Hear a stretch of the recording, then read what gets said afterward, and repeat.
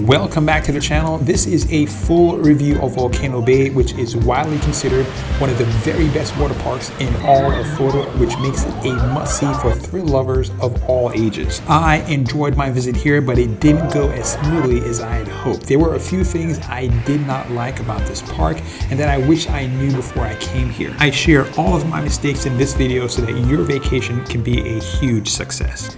The good news is that if you are staying at one of the Universal Resort hotels, which are incidentally all reviewed on my channel, you can enter the park up to a half hour early. Here now is a few things that you should know about the park before you book your stay.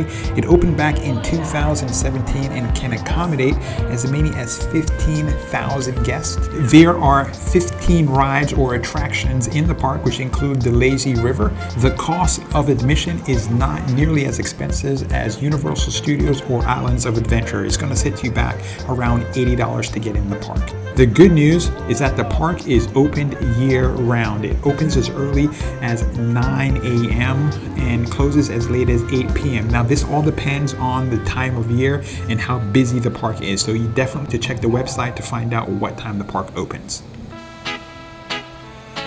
What you're looking at right now is the Wave Village. This is in the volcano area. The volcano is the central attraction of the park, and it's where most people come when they get through the front gates. Now, we are one of the first people in the park, and you can see many of these chairs are available. Later on in the day, that's not going to be the case. Those chairs fill up within the first hour.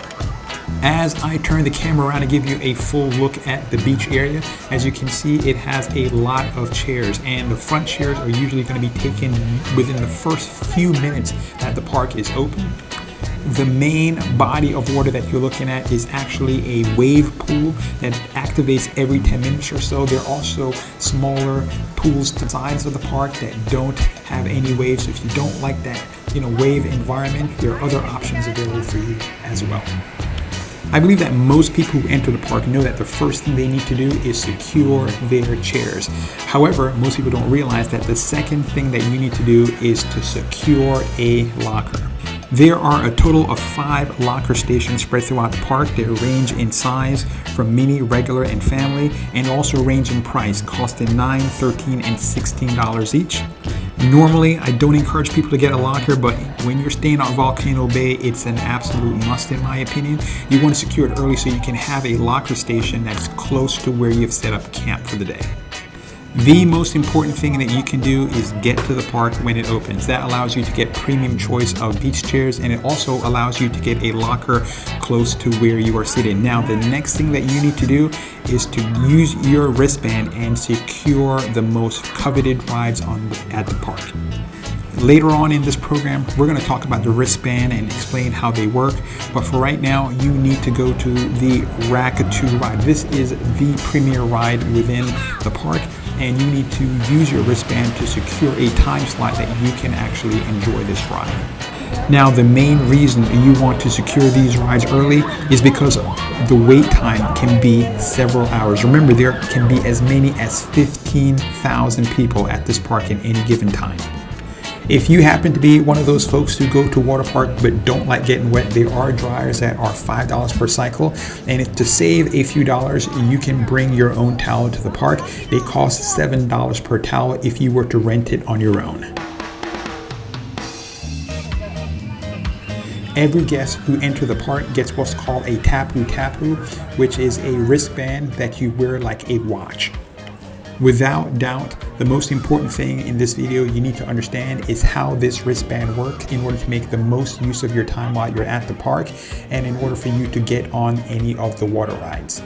How you use the wristband is quite simple. When you get to a ride, you will wave your wristband at the entrance to the ride. It will give you a wait time on the wristband as to how long it takes for you before you can actually get on that ride. In the interim, you can go to another ride that has no wait time, and also you can kill time by going to one of the lazy rivers at the park. What I'm going to do right now is enter the lazy river, but this is actually called the Fearless River, and it's the most aggressive lazy river that you will ever find anywhere. There are 2 lazy rivers on the park. One is for kids and the other is for adults. You want to go on the Fearless. It's almost like a thrill ride. And this is something that many people do in between rides. You need a life vest in order to be in the lazy river, and the reason why is because some of the turns are really epic.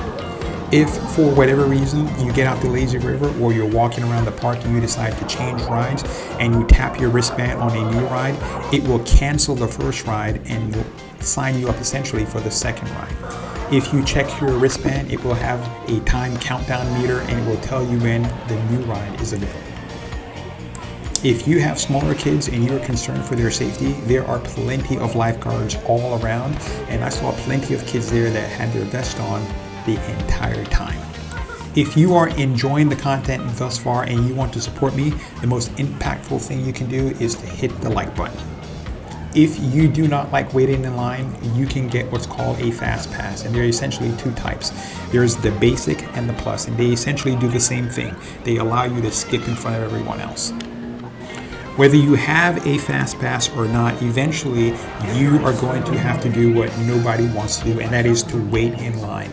And the sad thing about being at this park is that it does not allow you to take phone on many of the rides. That means you have no entertainment options, there's no televisions or screens up there. You're left to be entertained with the people around you. Also, this park is a lot of walking. Oftentimes the water slides go down, that means you have to walk up. So be prepared to walk maybe 15,000 steps here a day. Even though you're walking and doing a lot and putting on 15,000 or more steps today, for the most part, you're not going to be walking all day, and the most plush seatings are going to be those beach chairs. So that's why it's important to come here early and get the best locations. While you're walking around a park, because people are wet, there's going to be a lot of benches that are not necessarily altogether very comfortable. If you are not interested in waking up at the crack of dawn or fighting your way through the crowds to rush to the front of Volcano Bay to get one of those preferred seats, there are premium seats available. I gotta tell you, these seats are not inexpensive. They're gonna cost you as much as $223. On the day that I was there, all of these seatings were completely sold out, as well as the cabana, which we're going to see next. Here is a tip for you. If you want to save some money, I strongly recommend you book them online earlier, because if you try to book them on the day of, you're going to pay a premium for that. Just looking at these cabanas, you can see that they are not small, nor are they inexpensive. The price of the cabanas are going to oftentimes exceed the entrance price to the park. However, the cabanas are great for large groups. They can hold as many as 6 to 16 people. One of the things that I hated about this park was the extremely long wait time. If you wanted one of the premium rides, you could be stuck waiting for several hours. That is yet another reason to come to the park early and hit those premium rides. Let's talk now about food. Let's be honest, food is not going to be an inexpensive venture. You could spend as little as $30 per person or a lot more. Coolers are not allowed in Volcano Bay. However, they do allow you to bring in bottled water and snacks. When it comes to restaurants, there are a total of 4 restaurants scattered all over the park. Some have much longer wait lines than others, but they serve a variety of different food, and the food here is probably the best in all of the Universal families of amusement parks. There are bathrooms that are scattered all throughout the park, and there are these outdoor showers, but each one of the bathrooms have a shower. As you can see, there are loads of life vests, and as far as the water temperature, they keep it at 80 degrees. Most all of the water rides are heated. Generally, I had a great time here at the park, but this frustrated me to no end. Getting around this park was a complete nightmare. It's a very confusing park, in my opinion at least. I recommend strongly that you study the maps before coming here so you have an understanding of what the park is like and about. When it comes to the names of the rides, they were extremely confusing and hard to remember. They all kind of sounded the same. There was not nearly enough signage, in my opinion, to help me understand where I was and where I was going. Because I didn't have my phone, I couldn't communicate with other family members I was with, and I had a hard time using a map system to try to help me figure out where I was, because you can't take the phones with you on the rides.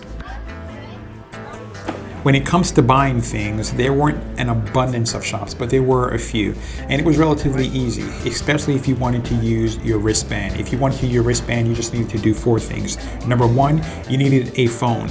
Number 2, you needed a ticket for the park. Then you needed to download the Universal app as well as a credit card linked to the app. Once you did those things, you could simply use your wristband and make purchases easily throughout the park. This park is wheelchair accessible. However, if you are wheelchair bound outside of the pool area, you're not going to be able to go on any of the rides. Earlier, you saw a bunch of people walking around. Most people were barefoot. If you have orthotics or you have issues with your feet, this is going to be a literal nightmare.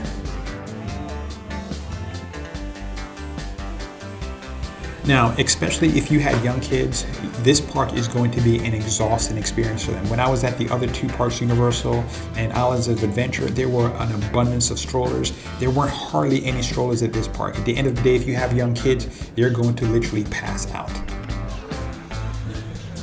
Overall, I had a great time, largely because of the people I was with. As you can see, it is right next to Cabana Bay Hotel. There are a lot of great things about this park. The water rides are just thrilling. I didn't really get into that a whole lot, but the water rides are literally fantastic. But overall, I just had an okay time. It wasn't necessarily my best.